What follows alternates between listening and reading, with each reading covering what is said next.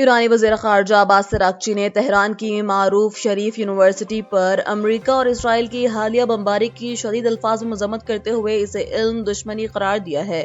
انہوں نے اس تعلیمی ادارے کو ایران کا میساچوسیٹس انسٹی ٹیوٹ آف ٹیکنالوجی قرار دیتے ہوئے کہا کہ یہ حملہ ایرانی دانشوروں اور تعلیمی نظام کو نشانہ بنانے کے تسلسل کی ایک کڑی ہے۔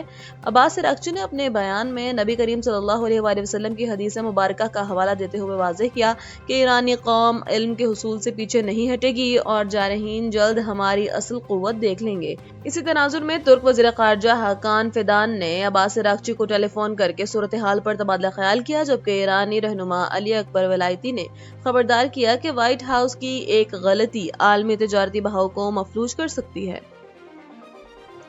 ایران اور لبنان کی جانب سے اسرائیل کے قلب میں میزائل حملوں کے نئے سلسلے نے تباہی مچا دی ہے، جس کے نتیجے میں حیفا شہر میں ایک 7 منزلہ عمارت زمین بوس ہو گئی ہے۔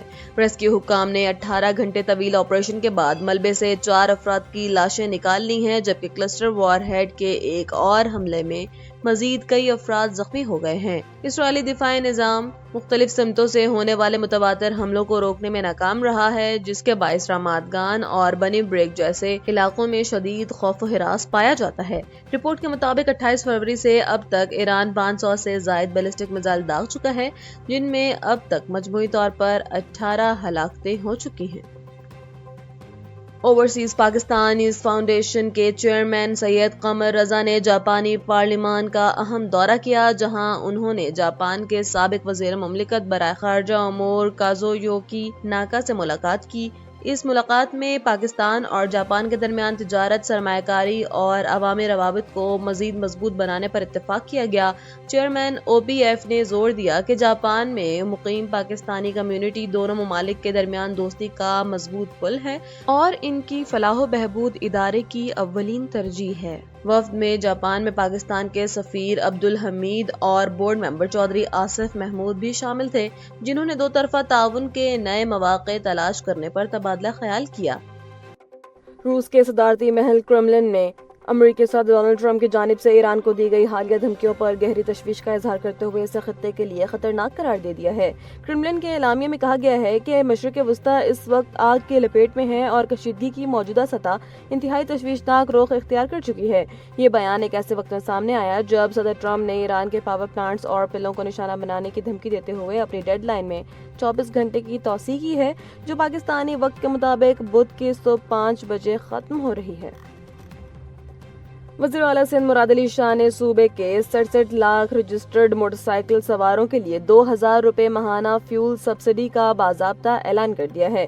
کراچی میں پریس کانفرنس کرتے ہوئے انہوں نے واضح کیا ہے کہ یہ رقم اپریل کے مہینے میں براہ راست شہریوں کے بینک اکاؤنٹس میں منتقل کر دی جائے گی۔ اس سہولت سے فائدہ اٹھانے کے لیے شرط یہ رکھی گئی ہے کہ موٹر سائیکل شہری کے اپنے نام پر رجسٹرڈ ہو اور اس کا بینک اکاؤنٹ بھی موجود ہو۔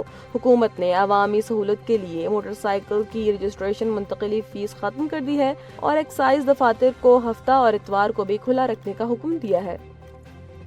پاکستان سپر لیگ کے جاری سیزن میں راولپنڈی کی ٹیم کو بڑا دھچکا لگا ہے، جہاں ان کے سٹار فاسٹ بالر نسیم شاہ سائیڈ انجری کے باعث غیر معینہ مدت کے لیے ٹورنامنٹ سے باہر ہو گئے ہیں۔ فرنچائز انتظامیہ کے مطابق نسیم شاہ کراچی کنگز کے خلاف میچ کے دوران انجری کا شکار ہوئے، جس کے بعد میڈیکل سٹاف ان کی دیکھ بھال کر رہا ہے۔ دوسری جانب پاکستان کرکٹ بورڈ نے نظم و ضبط کی خلاف ورزی پر نسیم شاہ پر 2 کروڑ روپے کا بھاری جرمانہ بھی عائد کر دیا ہے۔ ٹیم انتظامیہ پر امید ہے کہ فاسٹ بالر ریہیب مکمل کرنے کے بعد ٹورنامنٹ کے آخری مرحلے میں واپسی کر سکیں گے۔ ایرانی پاسداران انقلاب نے تصدیق کی ہے کہ ان کی انٹیلیجنس ادارے کے سربراہ میجر جنرل مجید خادمی ایک امریکی اور اسرائیلی مشترکہ حملے میں شہید ہو گئے ہیں۔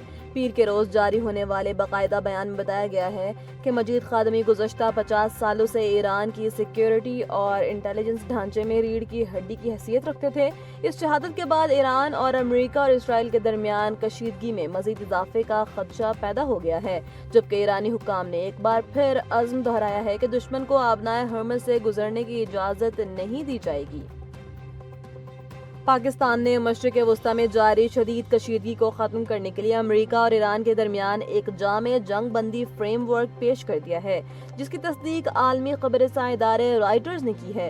ذرائع کے مطابق یہ منصوبہ 2 مراحل پر مشتمل ہے۔ پہلے مرحلے میں فوری جنگ بندی اور دوسرے میں مستقل امن کا جامع معاہدہ شامل ہے۔ رپورٹ کے مطابق army chief field marshal Asim Munir نے اس سلسلے میں رات بھر امریکی نائب صدر جے ڈی وینس اور ایرانی حکام سے رابطے کیے ہیں۔ دوسری جانب امریکی صدر ڈونلڈ ٹرمپ نے اپنی سابقہ ڈیڈ لائن میں 24 گھنٹے کی توسیع کر دی ہے۔ تاہم ایران نے کسی بھی قسم کے دباؤ یا الٹیمیٹم کو مسترد کرتے ہوئے خبردار کیا ہے کہ اگر سویلین تنصیبات کو نشانہ بنایا گیا تو اس کا جواب پورے خطے کو لپیٹ میں لے لے گا۔ وزیر اعظم شہباز شریف نے متحدہ عرب امارات کی بندرگاہ پر ہونے والے حالیہ میزائل حملے کی شدید مذمت کرتے ہوئے واقعے میں پاکستانیوں سمیت دیگر شہریوں کے زخمی ہونے اور ایک پاکستانی شہری کی شہادت پر گہری تشویش اور دکھ کا اظہار کیا ہے۔ اپنے بیان میں وزیر اعظم نے واضح کیا کہ پاکستان اس مشکل گھڑی میں متحدہ عرب امارات کی حکومت اور عوام کے ساتھ مکمل یکجہتی کا اظہار کرتا ہے۔ انہوں نے زخمیوں کی جلد صحت یابی کے لیے دعا کی اور خطے میں بڑھتی ہوئی کشیدگی پر قابو پانے کے لیے تمام فریقین کو صبر و تحمل سے کام لینے کی بھی اپیل کی ہے۔ ایران اور امریکہ کے درمیان بڑھتی ہوئی کشیدگی اور مشرق وسطی میں امریکی تنصیبات پر حملوں کے باعث فضائی سفر کے ایک نئے بحران نے جنم لے لیا ہے، جس کے نتیجے میں کئی ممالک سمیت پاکستان کی پروازوں نے بھی متحدہ عرب امارات کی فضائی حدود کا استعمال ترک کر دیا ہے۔ اب یہ پروازیں سعودی عرب اور عمان کے طویل متبادل راستے اختیار کرنے پر مجبور ہیں، جس سے سفر کے دورانیے اور اخراجات میں بھی بھاری اضافہ ہوا ہے۔ اس تبدیلی سے دمام سے پاکستان کی پروازوں کے وقت میں تقریباً 2.25 گھنٹے جبکہ جدہ، ریاض اور مدینہ کی پروازوں کے دورانیے میں بھی نمایاں اضافہ ریکارڈ کیا گیا ہے، جس کے باعث ایئر لائنز کو لاکھوں روپے کے اضافی اخراجات کا سامنا ہے۔